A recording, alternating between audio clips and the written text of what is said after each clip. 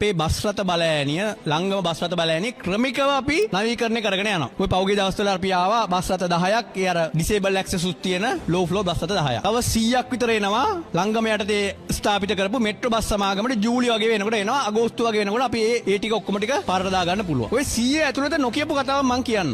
මෙච්චර කාලයක් ඔය ලොකු ගනුදෙනු වෙනකොට කොහොමද ගනුදෙනු උනේ කියන ගැන පොඩි අවදාසක් ගත්ත හැකි. අපි බස් රථ ඔය ගෙන්නන බස් රථ 100 පතුල පහත් බස් රථ 100 එකක බස් රථයක වටිනාකම මිලියන 42ක් විතර වෙනවා. අපිට තේරිච්ච අඩුම ලංසුවට සහ ඒ තාක්ෂණික කාරණා ඔක්කොම බලලා තෝරපු පුද්ගලයාට ගියේ මිලියන 42කට. ලක්ෂණ කීයද? 420යි. ඔය එක බස් රථයක වටිනාකම කීයද? ලක්ෂ 420ක්. කෝටි 4යි ලක්ෂ 20ක්. අපි ඔක්කොම ටෙන්ඩර් ගනුදෙනු ඉවර කරලා ඉවරලා ඒ හිමි සමාගමත් එක්ක සාකච්ඡා කරා. ඕගොල්ලොන්ට කවදාවත් ඇමති කතා කරලත් නැහැ. නියෝජ්‍ය ඇමති කතා කරලත් නැහැ. අහවල් දේ දෙන්න ඉල්ලලත් නැහැ. ඇමතිට මෙච්චර පංගුවක් දෙන්න, නියෝජ්‍ය ඇමතිට මෙච්චර පංගුවක් දෙන්න, ලේකම්තුමාට මෙච්චර පංගුවක් දෙන්න. සතයක් ඉල්ලලා නැහැ. ටොෆියක්වත් ඉල්ලලා නැහැ. හැබැයි මේ සල්ලි ගේන්නේ ඕගොල්ලොම ජීවත් වෙන ලංකාවේ මිනිස්සු වෙනුවෙන්. අපිට මොනවද අමතරව දෙන්න පුළුවන් නිකන් ඉල්ලුවා. අපි ඉල්ලුවා කතා කරලා. ඕගොල්ලොන්ට 100ක් දැන් බස් ගනුදෙනුවක් එනවා. අපිට නිකන් ඕනේ මොන හරි දෙයක්. වෙනදා ඉල්ලන්නේ ඇමතිගේ ගෙදෙට්ට. නැත්තම් ඒ අදාළ කට්ටියට තමයි ඉල්ලන්නේ. පගාව. අපිත් ඉල්ලුවා පගාවක්. මොකද්ද පගාව? රජයට දෙන්න නිකන්. මොනවා හම්බෙන්නේ නැද්ද?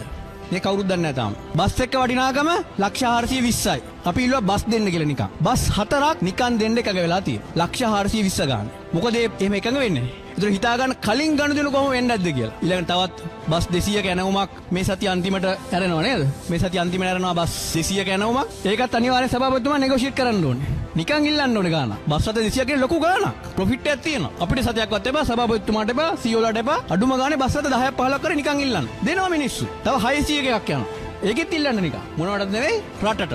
එහෙමයි මේ ආයතන දුවන්නේ. පරණ දුවපු විදිය නෙවෙයි. ඉතින් ඒ විශ්වාසය ඔයගොල්ලෝ තියාගන්න. අපි අර කියපු දේශපාලන සංස්කෘතිය වෙනස් කළා අපි මාසෙන් දෙකේ.